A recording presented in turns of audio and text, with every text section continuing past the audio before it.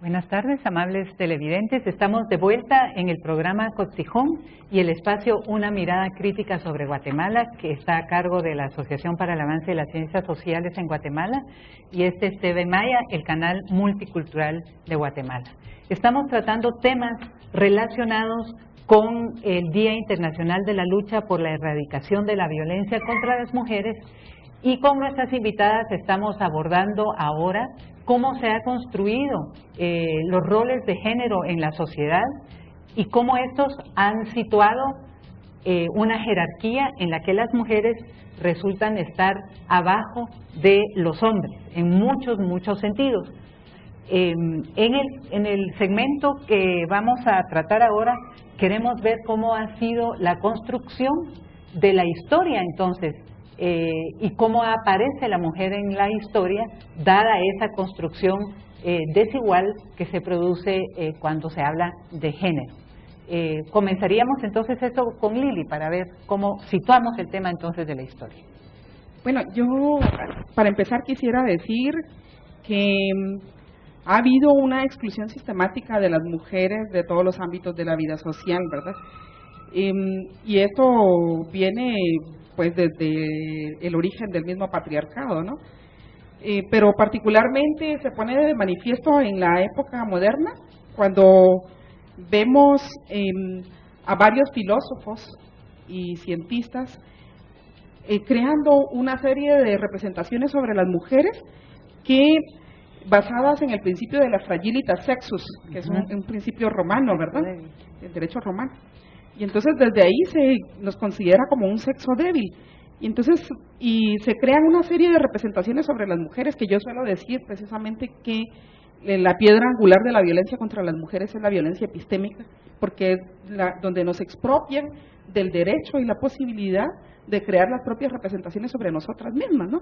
Y entonces nos crean de esa manera, nos construyen pues como el sexo débil, y con una serie de características asociadas a lo que es socialmente débil, ¿no? Por eso nosotros necesitamos protección, por eso necesitamos que nos controlen nuestros cuerpos, nuestra sexualidad, etcétera, y por eso necesitamos también de tener un tutor desde el principio, el padre al principio, después viene el marido más adelante, y ya muchas veces de adultas, los hijos, varones precisamente. Pero bueno, lo que quiero regresar a esa exclusión sistemática que hemos tenido, tanto de la ciencia como de la historia, de la política, de la cultura, etcétera. Entonces, nosotras somos de alguna manera la otra mitad de la historia, la otra mitad de la ciencia, la otra mitad de la política, etcétera. Pero quisiera dejar más espacio aquí a las compañeras que por sus trabajos creo que tienen más información para el caso específico de Guatemala. Sí. Tal vez, Jacqueline, nos cuentas tú un poco de la historia y tal vez de la lucha por la historia, ¿verdad? Claro. Yo creo que también es importante mencionar que los medios de comunicación tienen una responsabilidad muy grande, ¿no?, en este tema de cómo se nos ve a las mujeres y cómo se construye la historia, ¿no? Recordémonos que los medios pues también son constructores de imágenes, así como la filosofía es constructora de ideas. Los medios de comunicación es lo que además tenemos en lo más íntimo de nuestra casa, ¿no? Entonces, si uno hace una revisión, digamos, de las imágenes que hay en los medios, ahí podemos observar la violencia cotidiana, ¿verdad? Y una cosa también muy importante es decir que, por ejemplo, la representación que hay en los medios en el 2006 más o menos, aquí en Guatemala, era como aproximadamente del 15% en las mujeres. Cuando uno ve las fuentes que se consultan para hablar sobre temas políticos, temas culturales, temas económicos, es el 15%, y a nivel mundial más o menos el porcentaje es como del 25%. Eso significa que hay una subrepresentación, ¿verdad? Entonces, no somos nosotras las mujeres las que contamos la historia, no somos partícipes de contar esa historia, ¿no?, sino quienes cuentan la historia son otras voces, y evidentemente son las voces masculinas quienes tienen, digamos, el permiso o la autoridad para estar en los espacios públicos.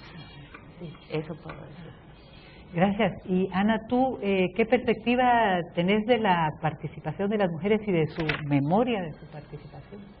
Yo quisiera continuar con lo que Jackie está diciendo y unir la construcción de la historia con la autonomía de las mujeres. La autonomía entendida como la libertad de tomar decisiones, de ejercer derechos, de disponer de sí mismas, ¿verdad? En el sentido de que no estamos nosotras reflejadas en la historia, nos construimos nosotras la historia, aparecemos como personajes secundarios, accesorios, compañeras de, mujeres de, ¿verdad?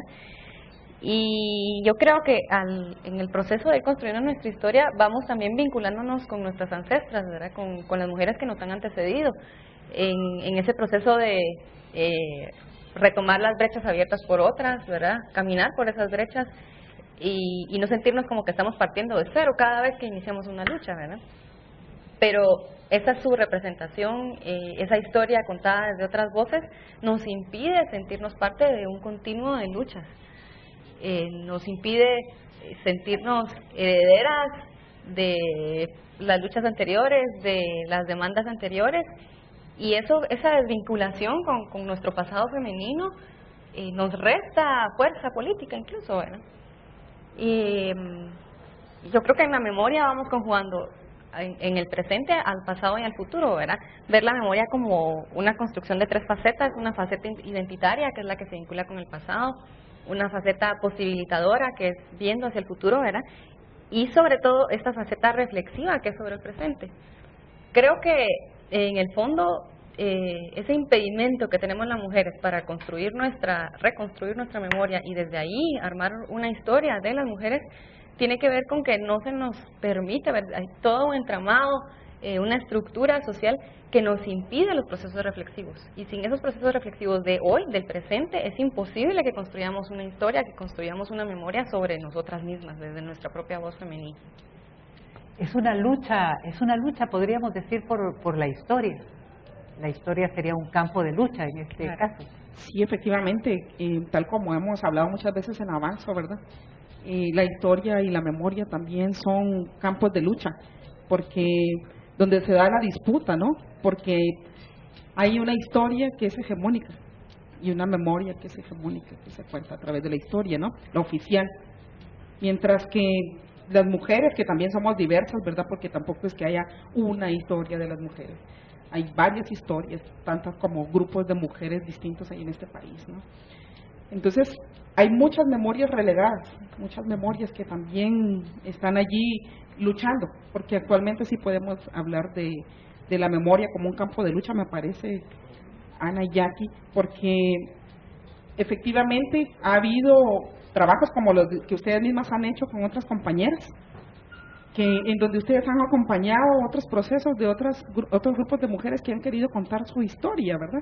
Que han querido contar su versión de la historia, que no ha sido contada por otras. Yo también quería decir que la misma exclusión de las mujeres de la historia es violencia, porque la violencia contra las mujeres tiene muchas caras, esa es una de tantas.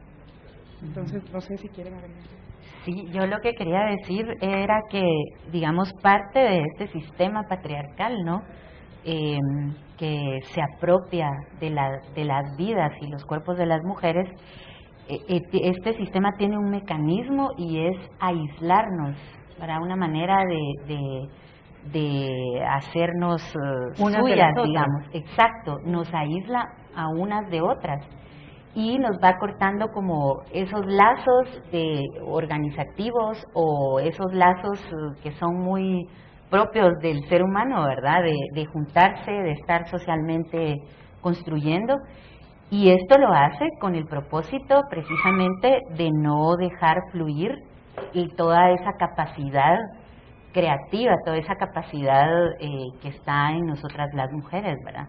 Entonces, precisamente por eso se vuelve tan importante el hacer un trabajo de reconstruir la historia, pero además de recuperar las memorias de mujeres que han hecho historia, digamos, en nuestro país y en el mundo entero, ¿verdad? De cómo ellas han caminado, de qué grandes pasos hicieron ellas para que nosotras, que estamos aquí hoy hablando en un canal de televisión, pudiéramos sentarnos, ¿verdad? Entonces, por eso es como también tan importante la memoria, una lucha, ¿no? Porque creo que es una manera de cortar la violencia también contra nosotras, ¿verdad? Sí, a mí me parece importante. No sé si tenías algo sobre esto, porque yo también tenía la pregunta sobre la relación entre la memoria y la historia. ¿Cómo vamos de la memoria a la historia? Pero no sé si también querías reaccionar a lo que decía Jacqueline. Pues sí, complementar un poco en el sentido de que es precisamente por estos procesos reflexivos desde el presente hacia el pasado y para imaginar un futuro en que surgen los cuestionamientos hacia el orden en el que vivimos, ¿verdad? El lugar que tenemos, la representación, la parte simbólica, social, ¿verdad? Que nos valida o nos invalida de cierta manera. Y eso es lo peligroso, eso es lo amenazante, ¿verdad? De los procesos reflexivos, que inevitablemente nos llevan a decir, bueno, ¿y por qué? Porque me doy cuenta que eso no es natural, ¿verdad? Y claro que eso también le crea conflicto interno a una mujer cuando por primera vez se cuestiona, ¿cómo así que yo tengo que soportar esto, verdad? ¿Cómo así que en la iglesia me dicen que esto es lo natural, lo normal, lo que Dios quiere? Y eso causa también como un rompimiento interno, ¿verdad? Pero ese es el primer paso, y por eso es tan amenazante, y por eso es que existe una violencia específica que nos lo impide. Sí, y yo quisiera regresar al tema de la violencia epistémica, Lili, como para ir dando también los elementos de cierre de este segmento. Usted nos proponía la idea de una violencia epistémica. ¿Tiene que ver con las herramientas para pensar la realidad? Tiene que ver con, sí, las herramientas que nos hacen posible pensarnos a nosotras mismas. Digamos, nosotras las mujeres, como sujetas, necesitamos pensarnos a nosotras mismas, pero lo que hoy se concibe como lo femenino, como la mujer, no es resultado de nuestro propio pensamiento, de nuestro propio orden simbólico, sino que hemos sido construidas desde un pensamiento masculino. Entonces, tanto la femineidad como la masculinidad son construcciones sociales. Entonces, cuando alguien dice es que tal persona es más femenina que esta otra persona, estamos hablando de una construcción social hegemónica que es básicamente masculina.